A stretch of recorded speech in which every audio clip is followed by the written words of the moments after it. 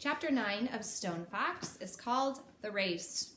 Searchlight sprang forward with such force that little Willie couldn't hang on. If it weren't for a lucky grab, he would have fallen off the sled for sure.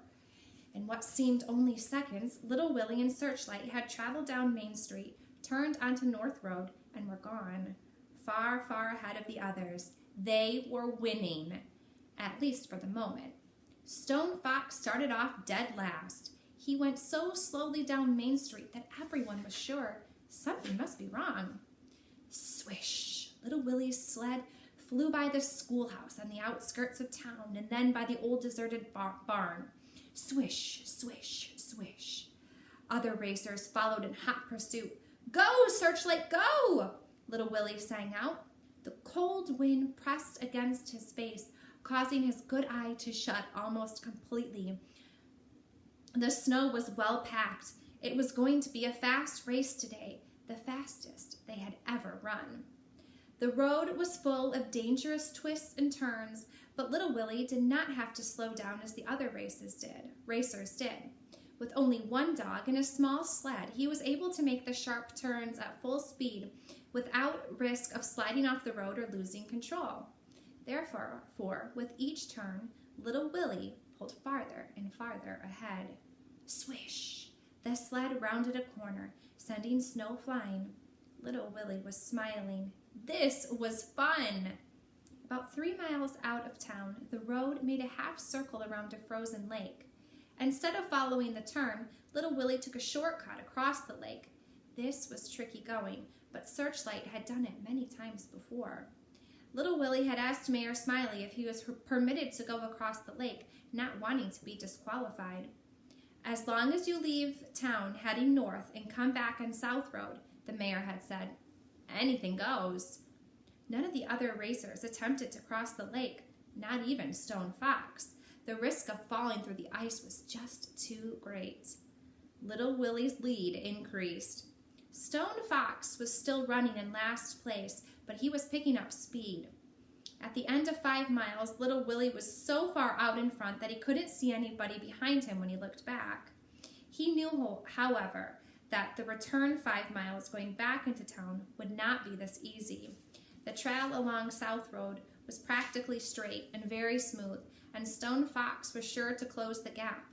But by how much? Little Willie didn't know. Doc Smith's house flew by on the right. The tall trees surrounding her cabin seemed like one solid wall. Grandfather's farm was coming up next. When Searchlight saw the farmhouse, she started to pick up speed. No, girl, little Willie called. Not yet.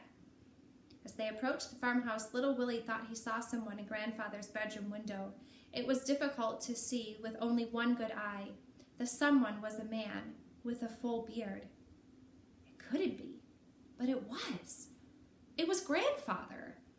Grandfather was sitting up in bed. He was looking out the window. Little Willie was so excited he couldn't think straight.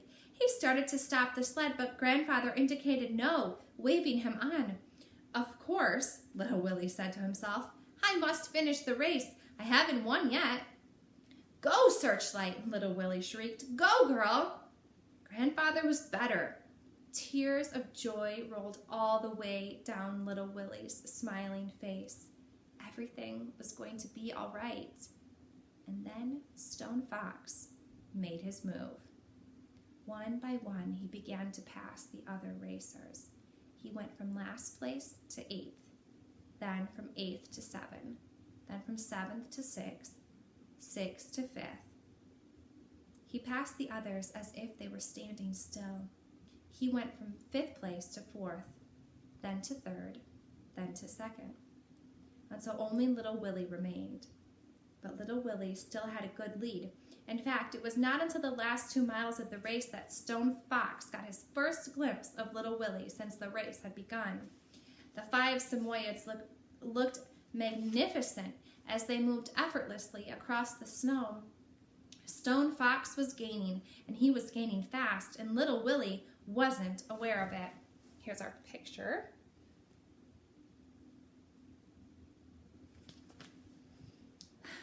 Look back, little Willie. Look back. But little Willie didn't look back. He was busy thinking about Grandfather. He could hear him laughing and playing his harmonica. Finally, little Willie glanced over his shoulder. He couldn't believe what he saw. Stone Fox was nearly on top of him. This made little Willie mad at himself. Why hadn't he looked back more often? Well, no time to think of that now. He had a race to win. Go, Searchlight, go, girl! But Stone Fox kept gaining, silently, steadily. Go, Searchlight, go! The lead Samoyed passed little Willie and pulled up even with Searchlight. Then it was a nose ahead, but that was all. Searchlight moved forward, inching her nose ahead. Then the Samoyed regained the lead. Then Searchlight. When you enter the town of Jackson on South Road, the first buildings come into view about a half a mile away. When Searchlight took those buildings to be Grandfather's farmhouse again, no one can be sure. Whether Searchlight took those buildings to be Grandfather's farmhouse again, no one can be sure. But it was at this time that she poured on the steam. Little Willie's sled seemed to lift up off the ground and fly. Stone Fox was left behind, but not that far behind.